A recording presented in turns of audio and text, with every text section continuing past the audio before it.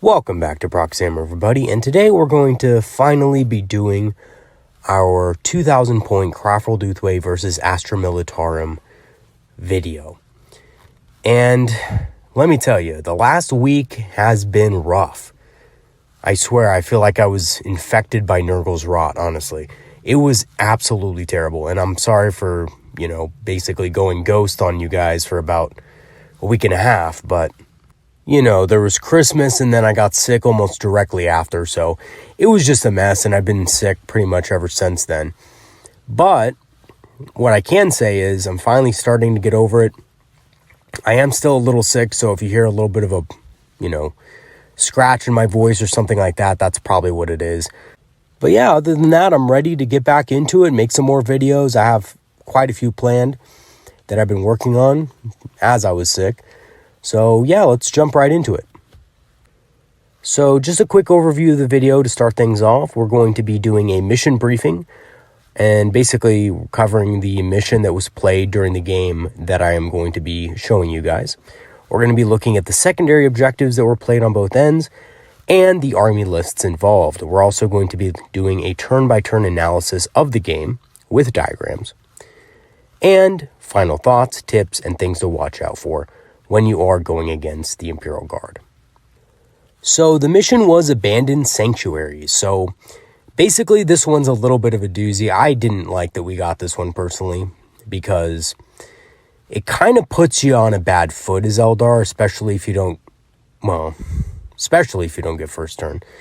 But units essentially cannot deploy in no man's land or be moved there before turn 1. So units like Rangers cannot use their advanced deployment. Units like Shroud Runners cannot use their advance move. And this essentially, again, negates pregame moves and advanced position type abilities.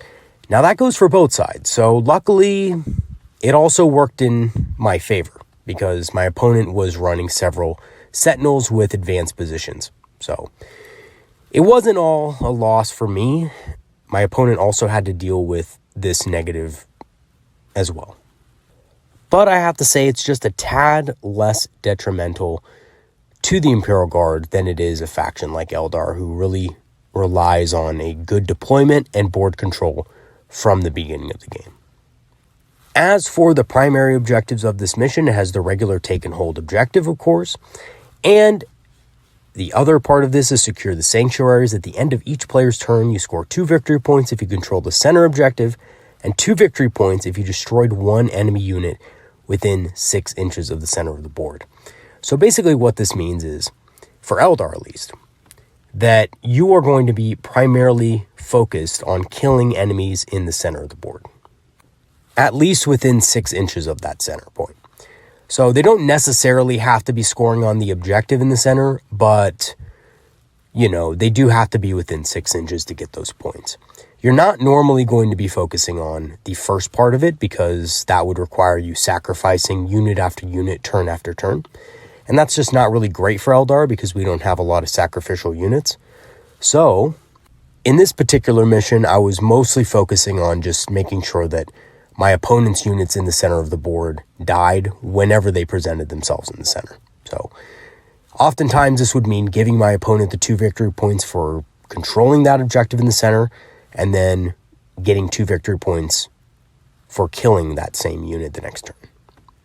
And the deployment for this is horizontal deployment with 5 objectives, 1 in each deployment zone, and 3 18 inches apart in the middle, just like seen on the left. So the interesting thing about this type of deployment is that it allows for a lot of breadth. So typically this means your units are going to be a little bit more spread out. Same thing with enemy units, and especially in this mission because, again, there is no advanced positions or advanced deployment allowed.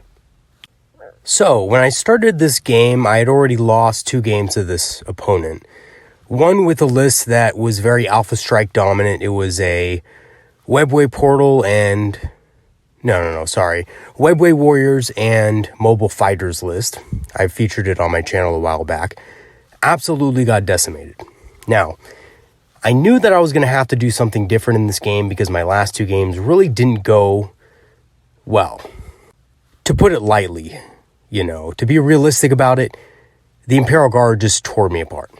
So I wanted to try something a little bit more defensive. So I decided to go back to my Ulthwe list to see how, a classic Ulthwe defensive strategy could operate against the new Imperial Guard. So when it came to the secondary objectives, I also had to think about the ways in which Imperial Guard is strong and my opponent's army list. And I knew that I couldn't really afford to take certain objectives, secondary objectives against this opponent, because Guard is a faction that can cover a large area of the board. So I ended up going with Warp Ritual, Bring It Down, and Grind Them Down. I chose Warp Ritual because essentially Warp Ritual is a safe pick. It won't give you the max amount of points at 15 victory points, but it will pretty easily give you 12. And you only have to use it 3 times to be able to score 12 points. So I thought this was a very good, safe pick. So basically, for those of you who don't know, Warp Ritual, you complete a psychic action 3 times while within 6 inches of the center of the board to score up to 12 victory points. Typically, you will get 12. By the end of the game, as it's very easy to achieve, you only need to do it 3 times to score this. Now, many of you might be thinking, well, that'll leave your Farseer or Warlock open to counterattack, right? But if you have the Quicken ability, it's very easy to boost another Warlock Skyrunner out there, use the psychic action, and then pull that Warlock back. It's a classic bait and switch, essentially. And it allows you to preserve that unit for multiple turns. You don't have to sacrifice it, which is very useful and very good against Guard, because Guard don't really have a lot of ways, outside of a few relics and things like that, of really shutting down psychic powers. And to be honest with you, Ulthwe, they basically have no chance, even with the relics. It's going to be very hard for them to actually be able to deny psychic powers in general. Even the relic with the +1 to deny tests is arguably very difficult to actually get into position, because remember, it does have to be on a character, whether that be a commissar or, command squad or something like that. It does have to be on one of those key units, and to get that key unit within 24 inches of the center of the board or a little bit farther means that they're going to be in a dangerous spot and probably vulnerable to counterattack. The next objective I went with was Bring It Down, and this will make a little bit more sense once you look at my opponent's list, because he had 11 vehicles on the table, 4 Chimeras, 4 Leman Russ battle tanks, and 3 Sentinels. And just with these vehicles alone, it was well over 15 victory points possible. So I chose to go with this one. It was a pretty safe pick. I had D cannons and things like that can pick off those vehicles fairly easily and score those 15 victory points. So I knew that I could max this out fairly easily, and if not, that I could at least mostly max it out. So I chose Bring It Down for this mission. And because I was playing a very defensive game, my last objective that I chose was Grind Them Down. Basically, if you kill more enemy units than they kill of yours, you score 3 victory points that round. So this is very good in theory against IG, because they have a lot of units in their army. And on top of having a lot of units, because I'm playing a more defensive strategy, I'm not going to be sacrificing as many units per turn as they are going to need to capture and hold ground. So in theory, at least, this is good against Imperial Guard. So unless you get swept, so unless you're having a really bad game and you're just getting, mauled and wiped off the table, essentially, this is a great objective to pick. And even if you don't score it every single round, you can at least get 12 points fairly easily from this objective against most Imperial Guard armies. As for my opponent, he basically chose 3 objectives: Boots on the Ground, Special Orders, and Inflexible Command.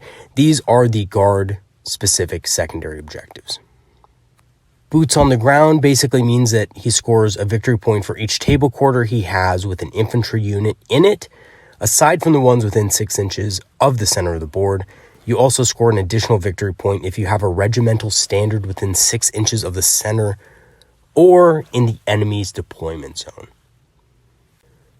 The Special Orders secondary objective basically is an action that infantry units can perform on objectives outside of their deployment zone, and within 12 inches of an officer, you gain victory points at the end of the battle for how many objectives you use this action on. And basically, If you use it up to 3 times, you can get 10 victory points, and if you use it 4+, you can get the full 15. So this is a great objective if you want a lot of victory points and if you're going forward objectives. Or at least if there are a lot of objectives on the battlefield. And on this battlefield, there are 5 objectives. 4 of them are outside of their deployment zone. So my opponent figured this was a pretty good way to get at least 10 or 15 victory points. And lastly, my opponent picked Inflexible Command, which basically means that you score victory points for all infantry or tanks being within range of officer units. Normally this is 6 inches, but it's increased to 24 if the unit has a Vox caster. And you also score victory points for destroying enemy units while under the effects of an order. So again, very easy way to score a lot of victory points throughout the game. As most of the time, you're going to be within Vox range, and if your units are destroying enemy units, it's probably going to be under the effects of an order of some kind.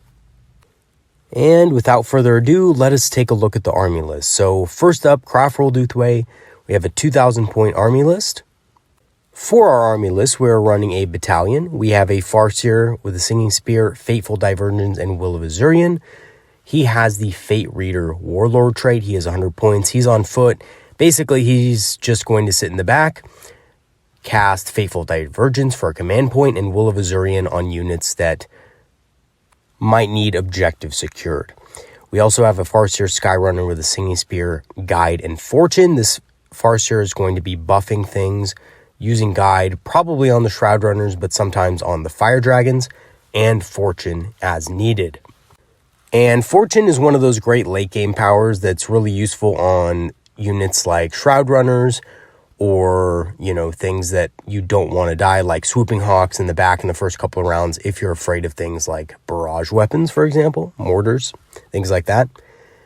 And lastly, we have a Farseer Skyrunner with a Singing Spear, Focus Will, and Doom. So Focus Will is just to make sure that the powers that I need to get off that turn go off on whatever Psyker is going to be casting the most important power that turn. So whether that be a Will of Azurian, whether that be a Guide or something like that, Focus Will is basically made for that. And then, of course, we have Doom as well. For our troops, we have 3 units of Rangers, base Rangers, just to fill out the troop requirements and also to provide screening and things like that. For our elites, we have 3 Warlock Skyrunners. One has Protect and Jinx, one has Quicken and Restrain, and, of course, one has Horrify and Embolden. And he also has the Ghost Helm of Alice Shazir. So I gave him Ghost Walk as well, just in case we needed a little bit of extra charge distance in some cases. I thought that might be useful. And yeah, and that's basically it. He's 65 points as well. We also have 5 Fire Dragons. The Exarch has Blazing Fury for a little bit of extra range on the unit. And we also have 5 Howling Banshees, with an Exarch, of course, having the Mirror Swords and Piercing Strikes combination. For our fast attack, we have 5 Shroud Runners, we have a Viper with a Scatter Laser, and we have 5 Swooping Hawks. The Exarch has Suppressing Fire. And for heavy support, we have 3 units of support weapons, 2 D-Cannon units, and 1 Shadow Weaver unit. So the Shadow Weaver is something that a few of you might look at and say, Proxy Hammer, did you do a little bit of, tailoring this game? Did you tailor this unit specifically because you knew you were facing Imperial Guard? And that's a fair point. It does kind of look like that on the outset. However, I would actually disagree with that fact. I've actually had this list for a little bit now. And it's not because I was going against Imperial Guard. It was actually because I recognized that in a couple of past lists that I've run in Ulthwe, where I was running either 3 D-Cannon support weapon teams, or I was running, 2 D-Cannons and a Falcon, or something like that. I was really lacking a long-range anti-infantry unit that could target things like cultists, hiding in the back on a home objective, things like Kroot, stuff that, honestly, most of the time you wouldn't use a Falcon for. You wouldn't use a unit of Howling Banshees for, because it would just be a terrible trade. So I chose to put the Shadow Weavers in there, and this is something I would use in every list. I'm trying to actually optimize this list in a lot of ways, and I think the Shadow Weavers fit very well in it for some reason. Now, I've played this against multiple opponents. I've played this against demons and things like that. Against demons, it's okay. It's not the greatest. But I will say, Shadow Weavers are really good against most armies that include at least 1 or 2 units of chaff. Because again, you could use this unit instead of using something important to kill that chaff and reduce your enemy's ability to use a cheap unit in the backfield. So this would basically force my opponent to use a more important unit to cover a back objective or something like that, and that's pretty significant, right? Now, of course, it did do very well in this game, and it is very good against Imperial Guard, so I'm going to go ahead and show you how they did in this game. But yeah, basically 3 support weapons is a utility tech choice for this list because it covers a weakness that this list has. And lastly, we have a Wave Serpent with a Twin Scatter Laser, and this big boy's job is just to basically protect the Howling Banshees and the Fire Dragons until they can get into a position to make a difference in the game. And moving on to the Astra Millitarum, my opponent was using the Born Soldiers Custom Army trait, and here is his 2,000 point list. So for HQ, pretty standard, Tank Commander, Leman Russ Battle Tank with 2 heavy bolters as side sponsons, and the Knight of Piety upgrade. I think that's a Hunter Ace upgrade or a Tank Ace upgrade if I'm not mistaken, which gives him a 5+ invulnerable save. It also gives him some other minor ability, but I just can't remember what it does, to be honest with you. Acadian Command Squad with a Master of the Fleet, which is the redeployment. Excuse me, not the redeployment ability. It's the ability to delay enemy reinforcements. And then, of course, he did also have the redeployment Warlord trait. He also had Acadian Command Squad with the Clarion Vox Relic for unlimited range orders. For troops, he had 6 units of 10 Acadian Shock Troops with the drum-fed autogun, Vox, and 2 plasma guns apiece. That came in at 395 points for all 6 units. For elites, he had 2 commissars, and he had a unit of 10 Kasserkin with 2 plasma guns and 2 hotshot volley guns. This also came with the Barbican's Key and the Veteran Guerrillas extra trait. So pretty dangerous unit right here, and something that I was going to have to prioritize to be able to get rid of it early on so that it didn't just tear apart my army. For fast attack, he had 3 Scout Sentinels with heavy flamers. Their goal was just to get on objectives early, be a cheap kind of screening unit, and prevent other advanced deployment units. Of course, in this mission, they didn't really get much use, just like my Rangers in that way, but still, Scout Sentinels are pretty amazing, and they did some decent work this game. And for heavy support, he had 3 Leman Russ Battle Tanks with 2 heavy bolters apiece. He also had 2 heavy weapon teams with mortars. And lastly, for his dedicated transports, he had 4 Chimeras, each with 2 heavy bolters. Alrighty, so before I get into the deployment, you can kind of see where everything is right now. I'm going to go ahead and describe for you guys what each thing represents on this diagram. But essentially, the Craftworld Eldar are in red, and the Imperial Guard are in green. So before this game started, we had played 2 other games. I had fought the same list basically all 3 times. My opponent didn't really change too much when he brought this list. And to give you guys a little bit of a context, or the context, I should say, behind this game here, I had previously come out of 2 horrible losses with this opponent using my Alpha Strike list, which is a Webway Warriors and Mobile Fighters list using 3 Falcons, which got completely annihilated in 2 games previously. And, we were just kind of laughing about it because, the Master of the Fleet is just such a great model at dismantling Alpha Strike lists that rely on reserves. So we were joking around about that, and then we were joking around that, now that we had changed the lists up, or at least I had, right? I had changed my list to something a little bit different, which was my Ulthwe list, that we would roll something like Abandoned Sanctuaries, where we don't get to use our advanced deployment units. So we're laughing a little bit about that, shooting the shit before the game.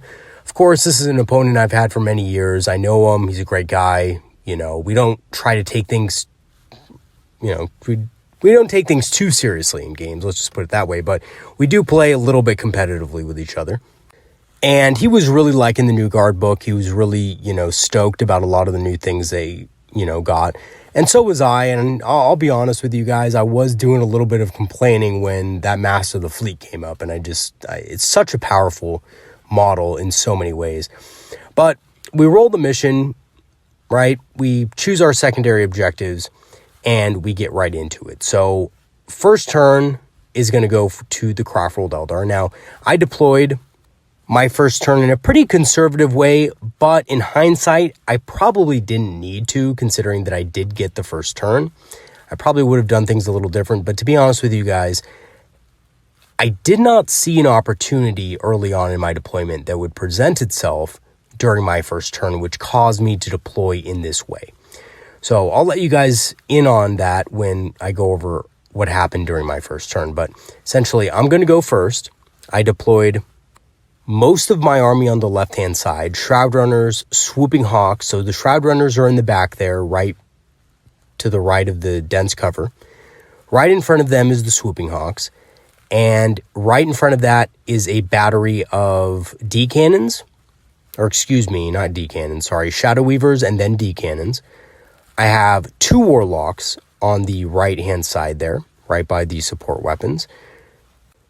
And that is the Warlocks with Quicken and Restrain and Embolden, Horrify, I believe. And then I had a Farseer, of course, kind of in the middle of the support weapons. You can kind of see him. He's on foot. He's the one that's on foot.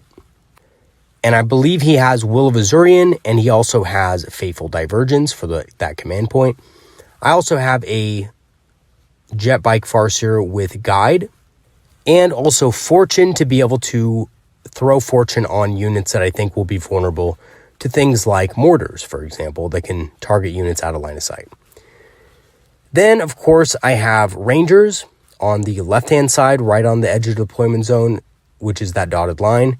Rangers in the middle, kind of on that objective in the center, but also deployed in a defensive formation to prevent the Barbican's Key Alpha Strike, which I know is coming.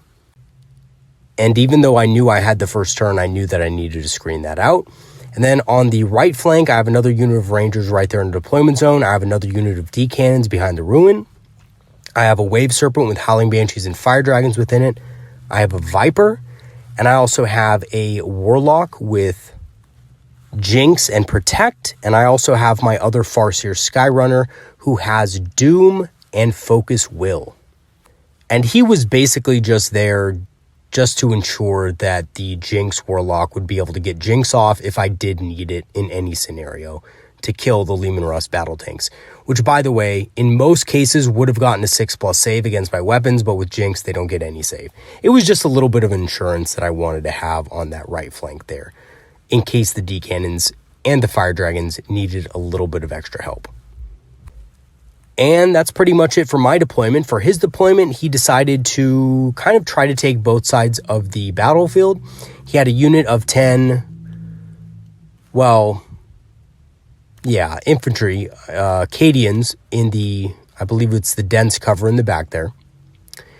He had a Sentinel also on that objective as well. On the right-hand side of the battlefield, he had 2 Chimeras filled with Cadians on the right-hand side, right in front of that dense cover. He had a Sentinel right behind the ruin.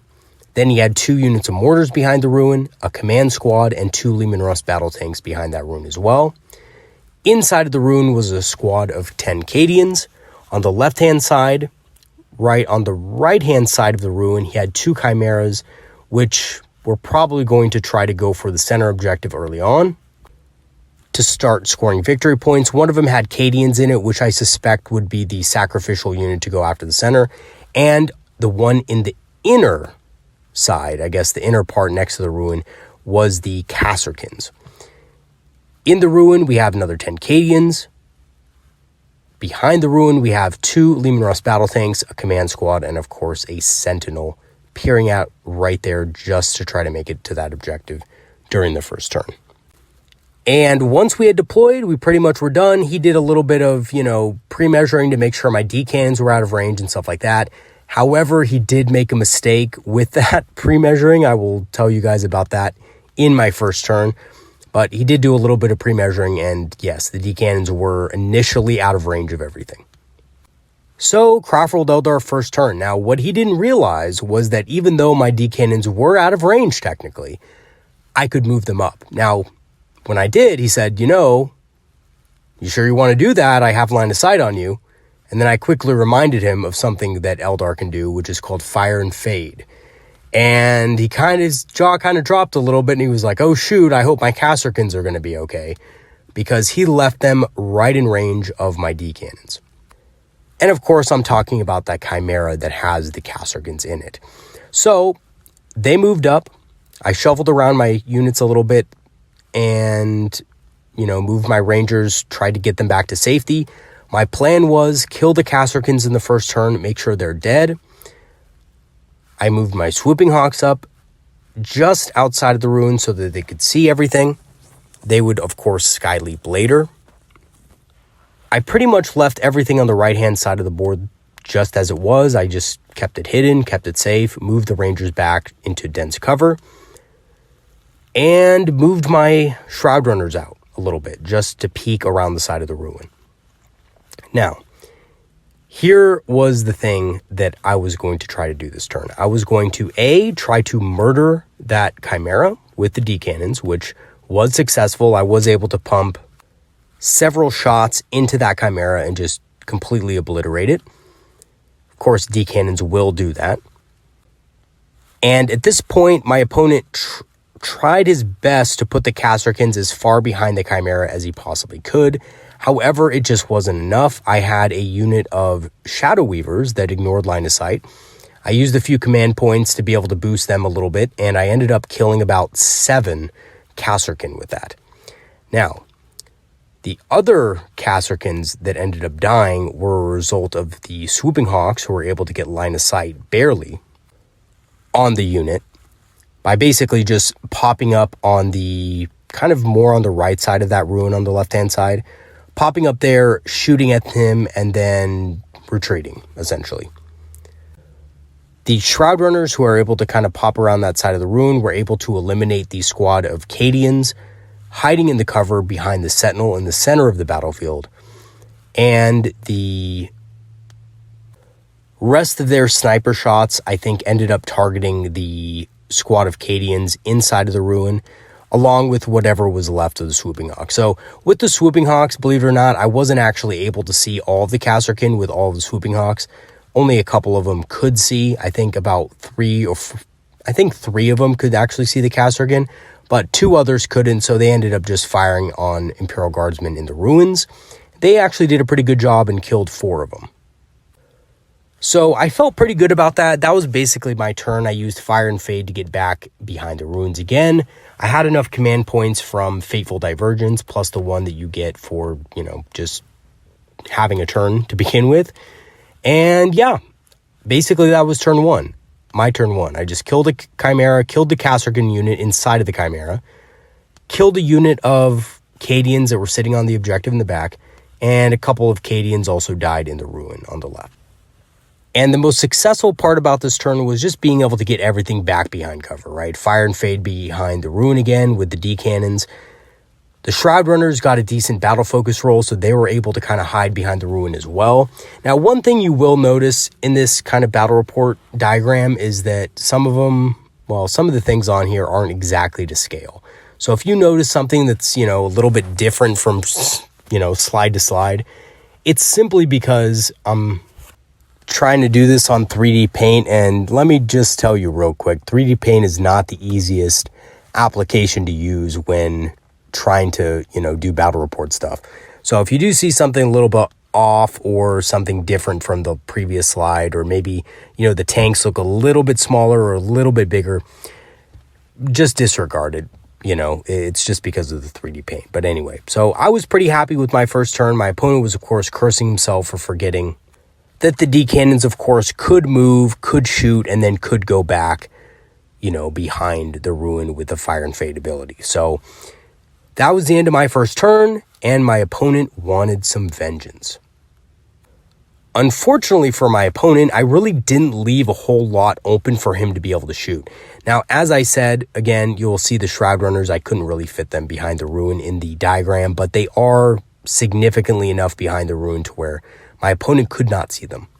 Let's just put it that way. So my opponent moves up on the, well, I guess it would be the left-hand side of the board. He moved his Leman Russ battle tanks around the ruin to try to get better line of sight on me the next turn. He knew he couldn't really shoot at me this turn, but he wanted to make sure that he could do it the next turn.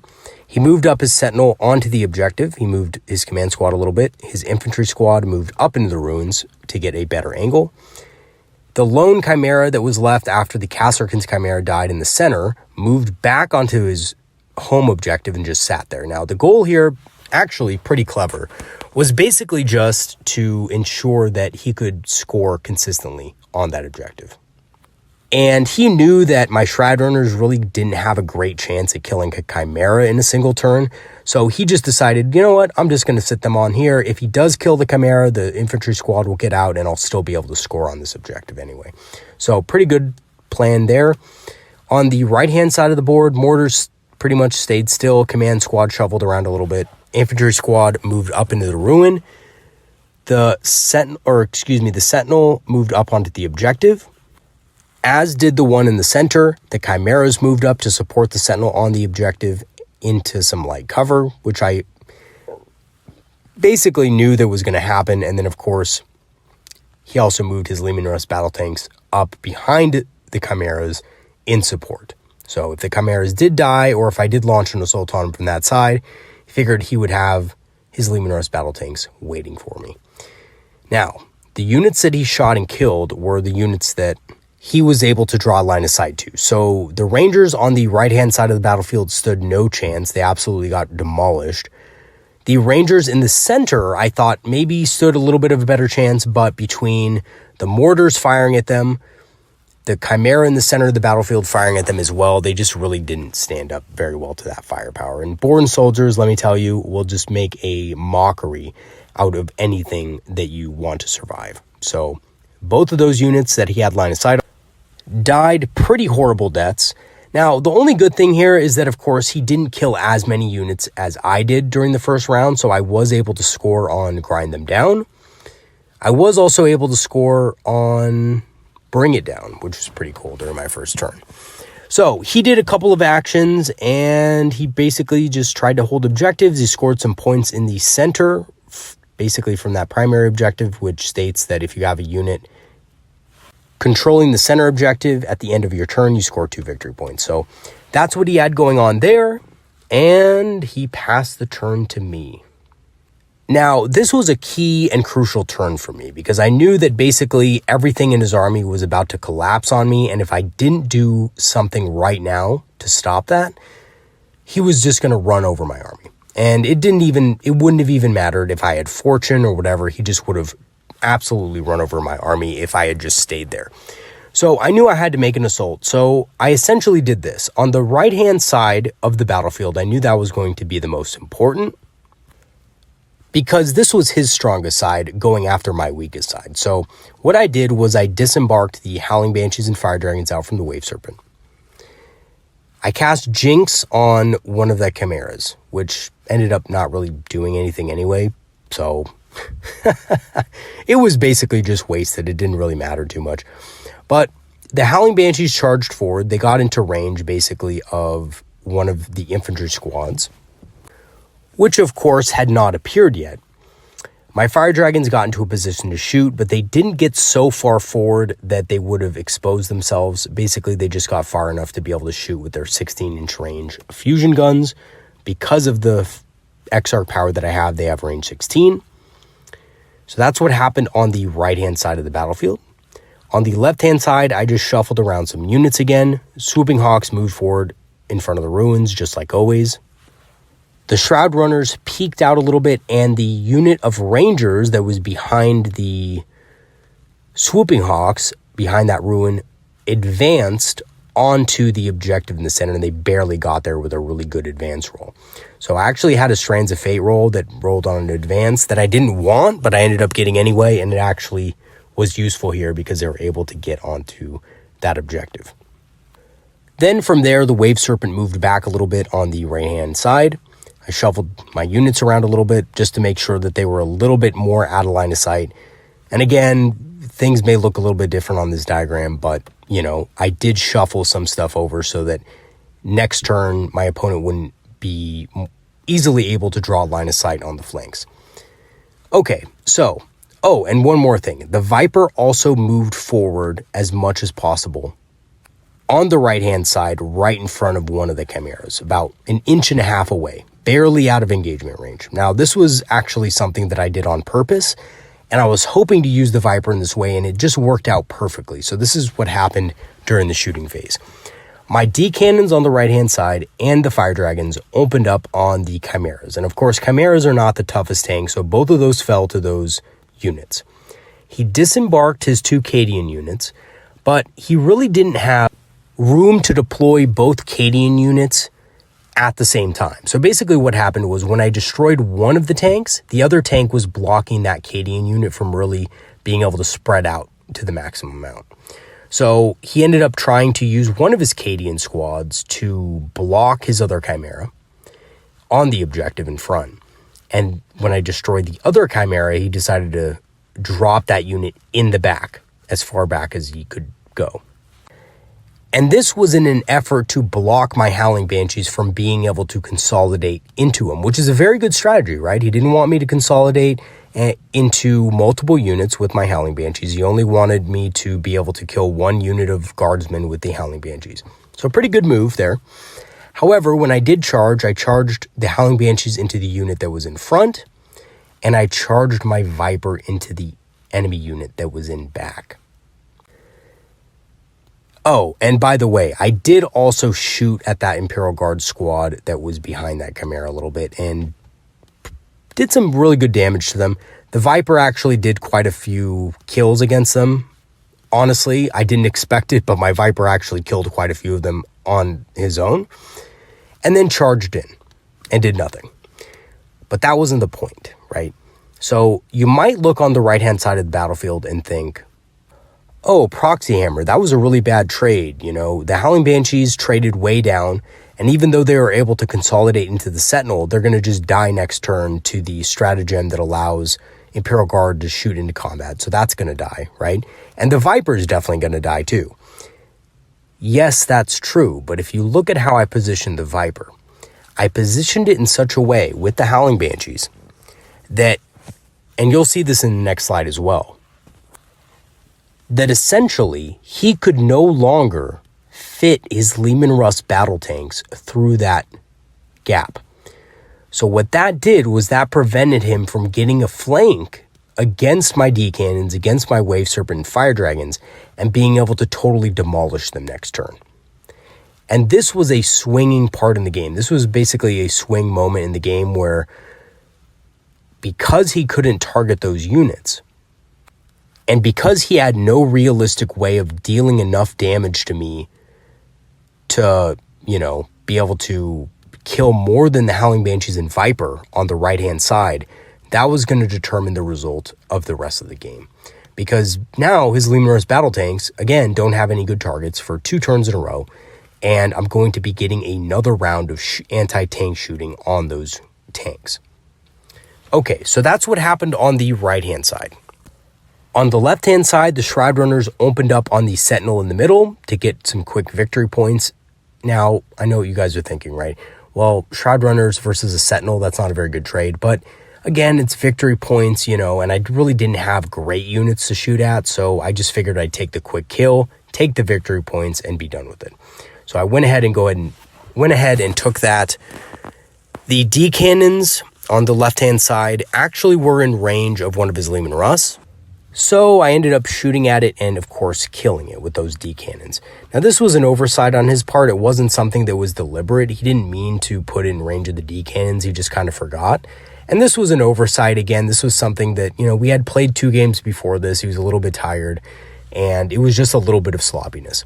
So, I did offer. I said, you can move it back a little bit if you want to. I'll just kill the Sentinel instead. And he said no, it was his fault, and he just wanted me to keep it.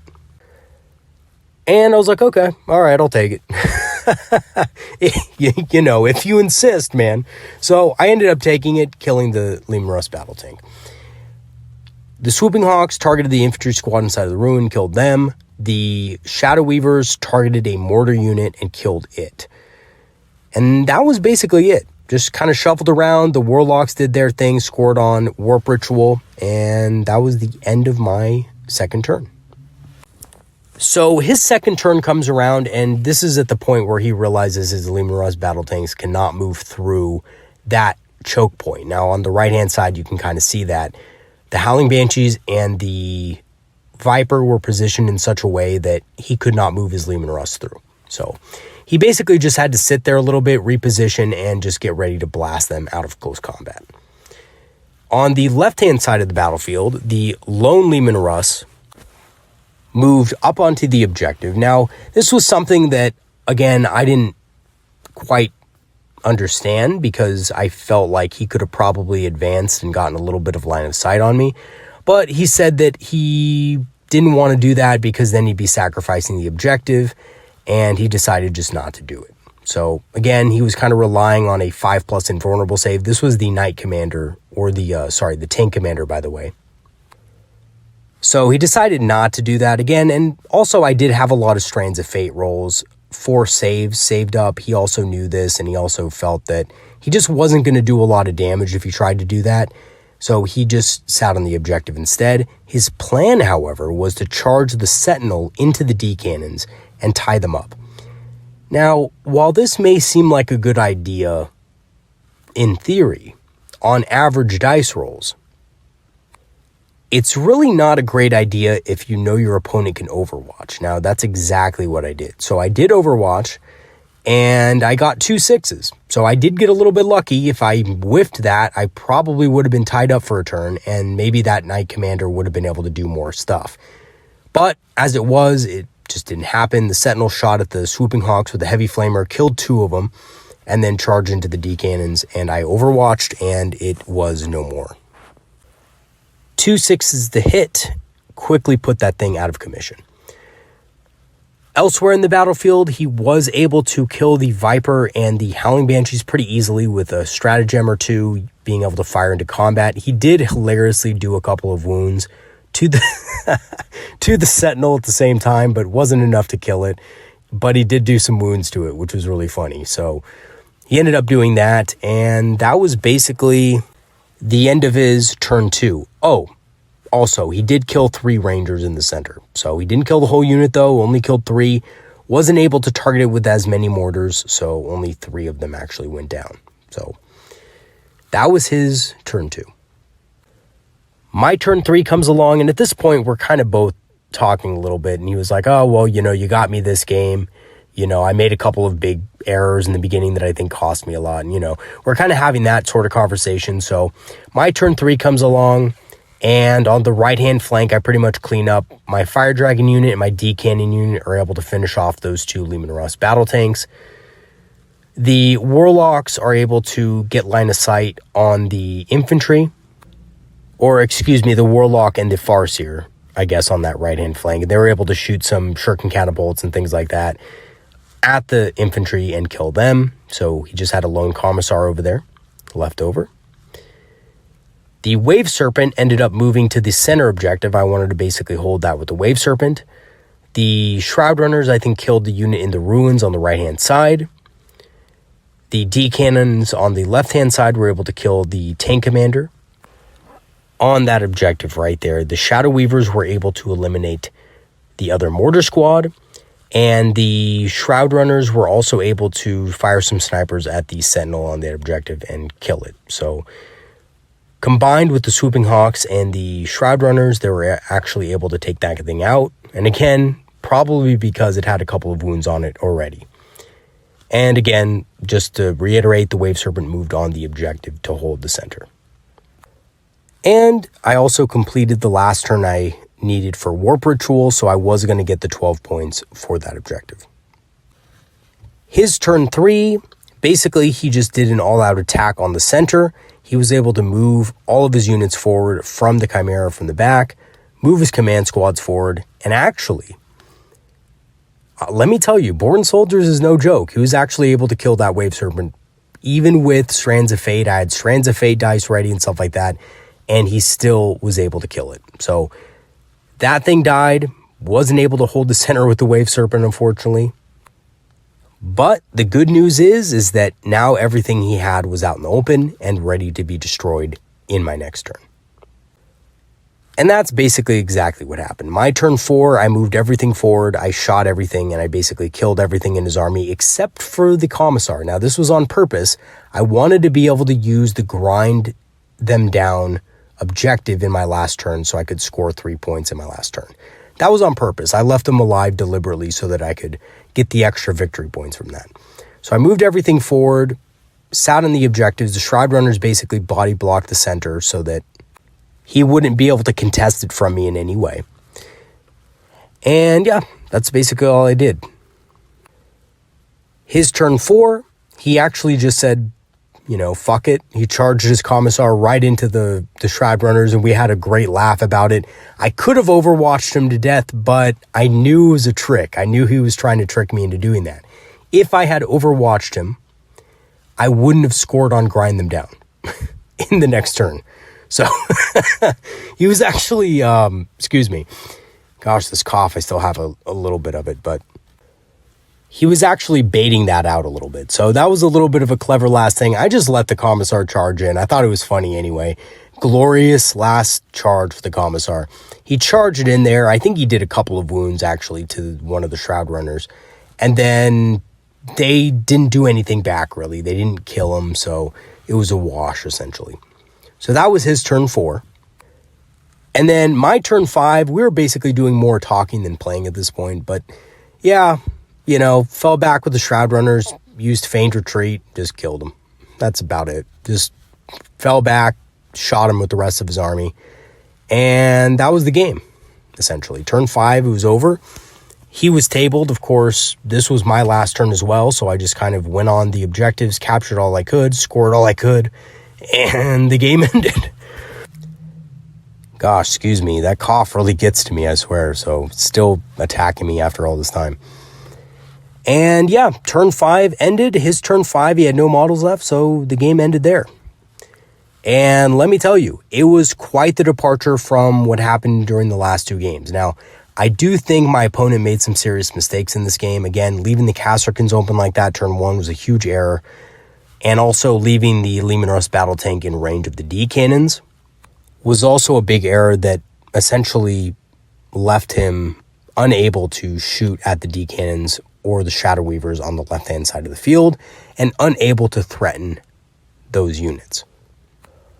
But we were also talking about it later, and something that we mentioned and talked about was the fact that Imperial Guard probably needed to play more heavily into a reserve type game if that's going to happen. So if you're going against a more defensive army, like an Eldar army that wants to kind of stay behind terrain and just let you come to them, then using more reserves is a really important thing. And that's something he didn't do. So we talked a little bit about that. We also discussed some scenarios with the Kasrkins, being able to deep strike and stuff like that, not being destroyed, which I think they could have honestly turned a lot in the battle. But I did also mention to him that yes, they are very powerful and stuff like that. He probably would have been able to kill one unit with them. But if he had spread his shots out, the fact that Ulthwe has mortal wound coverage and stuff, has a 5+ ignores mortal wounds army wide, and the fact that I was banking Strands of Fate dice in saves for a while, it probably wouldn't have done as much damage as you could theoretically get with the unit, but it still would have been very considerable. And I think he probably would have been able to take out a D cannon unit, which would have definitely swung the favor of the game to be a little bit more even. That's for sure. So we were adding up our victory points at the end. For primary victory points, Ulthwe scored 40 out of 45. For secondary, we got 42 out of 45. So very strong showing for Ulthwe.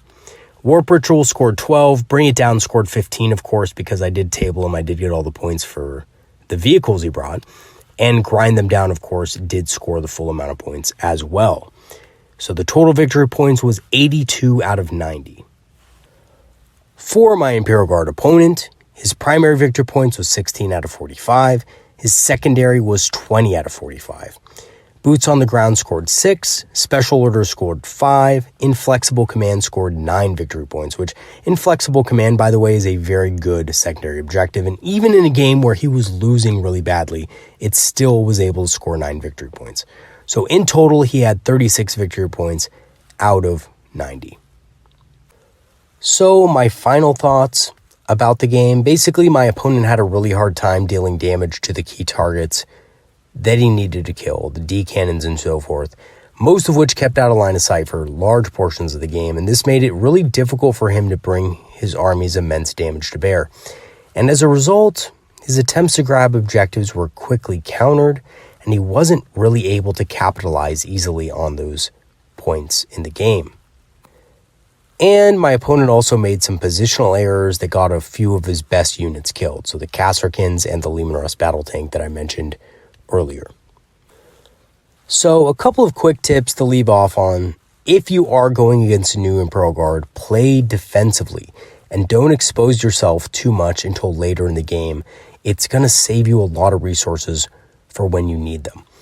Command squads as well probably aren't worth killing unless your opponent leaves them open, as they're often going to be hidden for most of the game, and they have a couple of defensive abilities, like for example, they could take bodyguards and things like that can make them a little harder to kill.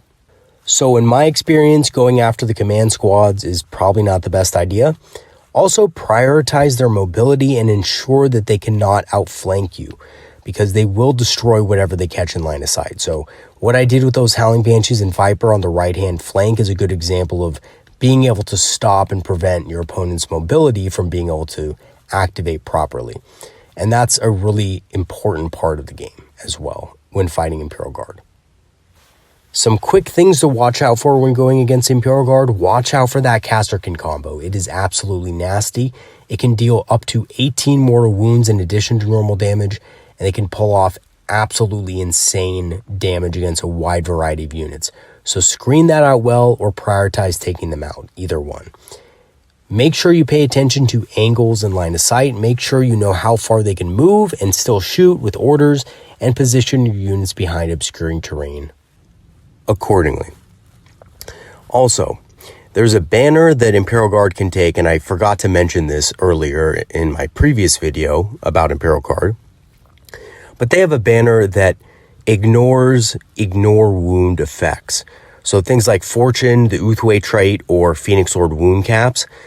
If that banner is within range of units that shoot at our units that have those abilities, we actually lose those abilities. So certain Phoenix Lords, if they basically are able to draw a line of sight to them, are going to be in some serious trouble. Now, this isn't a problem for Baharoth because he just basically flies out of line of sight most of the time. But for Phoenix Lords like Azurman, Kahandras, Jane Czar, this could be a big problem because they rely a lot on that Phoenix Lord wound cap to survive. As, let's be honest, Imperial Guard don't have a lot of ways in the Psychic or in the Assault phase to actually kill a Phoenix Lord, so they rely heavily on the shooting phase to do that. So this Ignores Wounds banner is pretty good for that.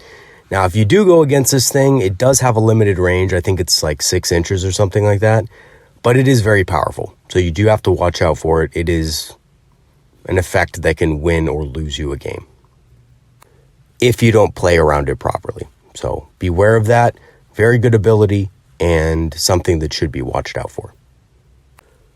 So in conclusion, I think the new Guard Codex is extremely strong and very versatile in what it can bring to the table. I think several of the upgraded units are fantastic. Sentinels I've always liked, and I've always thought that they were a really strong unit and pretty vital in Guard armies. I know that a lot of people didn't like to bring them before, but I always felt that they were good, even though they were a little bit more expensive. I always felt they served a purpose. Also, playing a very cagey and defensive game against them is personally where I've held the vast majority of my success. But even so, the Guard have several tools that compensate for this. And even more so after the new expansion releases, you're going to see Imperial Guard players maybe bringing more indirect fire, even though they are going to lose that indirect fire exemption. And they're going to lose Armor of Contempt. I think you're going to see more things like Basilisks appear here and there. So they're going to have a little bit more tools to deal with KG Eldar lists after the expansion releases. And just a quick disclaimer, just in case I didn't mention this earlier in the video, but my opponent and I, we played without the Imperial Guard Barrage exemption and without Armor of Contempt. The reason being is because my opponent wanted to give the army a basically fair shake, seeing as we both knew that Imperial Guard were going to lose those abilities with the expansion. So he just didn't feel comfortable using something that wasn't designed. Let's just put it that way. So we played without that. And again, my opponent is a very fair player. He's someone who doesn't always like to, bring the cheesiest things out there. Usually he just is a very, honest player. So he didn't want to play with that. He felt like that was, well, in his words, it's not cheating, but in his words, he felt like it'd almost be like cheating because, the codex wasn't designed to, with those abilities in mind. Let's just put it that way. So we played without those. So Armor of Contempt and the Barrage exemption weren't present in any of our games. So just keep that in mind. There was a few instances where that would have mattered, not many, but I know the Armor of Contempt exemption wouldn't have really mattered too much because I had Jinx in my back pocket.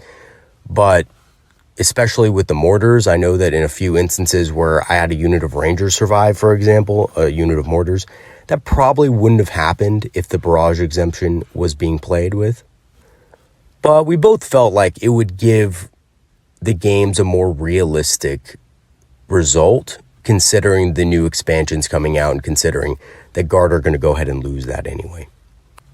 So to wrap things up, overall, I think Guard is a really strong faction, and I believe that against Eldar particularly, Guard have a lot of tools to deal with Alpha Strike-oriented Imperial Guard lists. They also have a lot of tools with the Born Soldier's ability to deal with Wraith lists. So both of those style of armies are going to be hard-pressed against the new Imperial Guard, which I do think are going to be one of the top 5 factions in the game when Arcs of Omen comes around.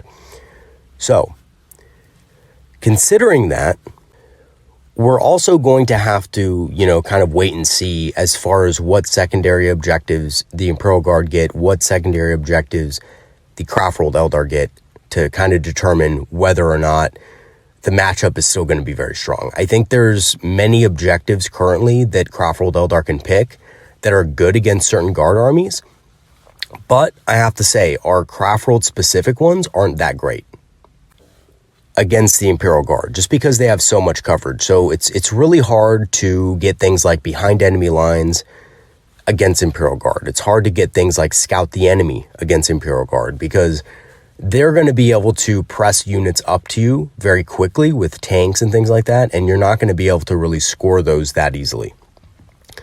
So that's why I selected other ones. Warp Ritual is still very easy to get. One thing I will mention though, and a lot of Eldar players I find are falling into this kind of trap where they're picking Psychic Interrogation against Guard. I don't actually think that's a great idea. Why do I think that? Well, because most of the time, and this is something that may or may not be the case, but most of the time you're going to be having to have a character be alive and in range for all 5 turns if you want to actually score the full 15 points on Psychic Interrogation. So can it happen? Absolutely it can happen, and you can get command points for it to boot. But the problem is that a character has to be within range, which your opponent can mess with. If he has things like chimeras and things like that, he can hide his characters within, and you won't be able to use Psychic Interrogation on them. And furthermore, it requires your opponent to have a character alive, which, granted, they'll probably have a character alive for most of the game somewhere on the board, but it just might not be in range of your Farseer or your Warlock that you want to use it on. So my advice to you guys out there is that if you're thinking of going against Guard and picking up Psychic Interrogation, give it another quick thought, because you may or may not be able to actually max that ability out And if you're not using it at least 4 times out of 5 turns, you're not getting the best use out of it. And you're not scoring as much victory points as you would if you were going to go with Warp Ritual. And of course, the center of the board is always going to be there. And because you only have to use Warp Ritual 3 times, you're going to have the chance to get more use out of your Warlock's psychic powers and stuff like that. And one quick last thing before I sign off for today. Me and my opponent did talk after the game, and one thing my opponent didn't utilize a lot of was reserves. Now, that is going to change in Arcs of Omen, and I suspect that Imperial Guard are actually going to be one of those factions that's going to love using reserves. The reason why is because they have a lot of cheap units that can come in and actually deal a lot of damage when they do. Imperial Guard infantry squads coming in from reserve can be affected by orders and can basically just blow up anything they come near. So just imagine units of, Kasrkins coming in strategic reserve on the side, free of command points, and being able to just blow things up when they do. That's going to be pretty insane. And they can do this with regular guard infantry as well. So I think going forward, also currently too, if your opponent does decide to spend a few command points on reserves, you're going to need to know how to screen out your forces. And this can be done in various ways, but the best ways to do it is, in my experience, with Rangers and with Vipers. Vipers are very good screening units in general. And that way, your opponent is only really going to be in range of that Viper to shoot. And guess what? With Arcs of Omen, we're going to have a lot more disposable slots available to us to take units like Vipers. So we're going to have 6 fast attack slots potentially, and that means we can take up to 3 Vipers, and Vipers are very useful for these things. And let me tell you guys, I'm already searching and combing eBay for another Viper, a 3rd Viper to add to my collection, because I know it's going to be used in several lists, and I know that honestly we're going to be needing it because there's going to be a lot more things. We're going to need more screening units for those reserves. We're going to need those things. So that's my prediction. I think it's going to be especially important against armies like Imperial Guard, and also just in general to either screen or provide objective support and things like that. All right, everybody, that's going to be it for today. I know that was a long video and it was a long time coming. Again, I was sick, so I couldn't make this video. I'm still a little sick. Honestly, I'm coughing a little bit here and there, but I appreciate the patience, and we're going to be having more videos coming out later this week, so stay tuned. All right, everybody, have some great games this week. I'll see you later. And I hope everybody had a happy holiday season. All right, everybody. Peace out. Have a good one.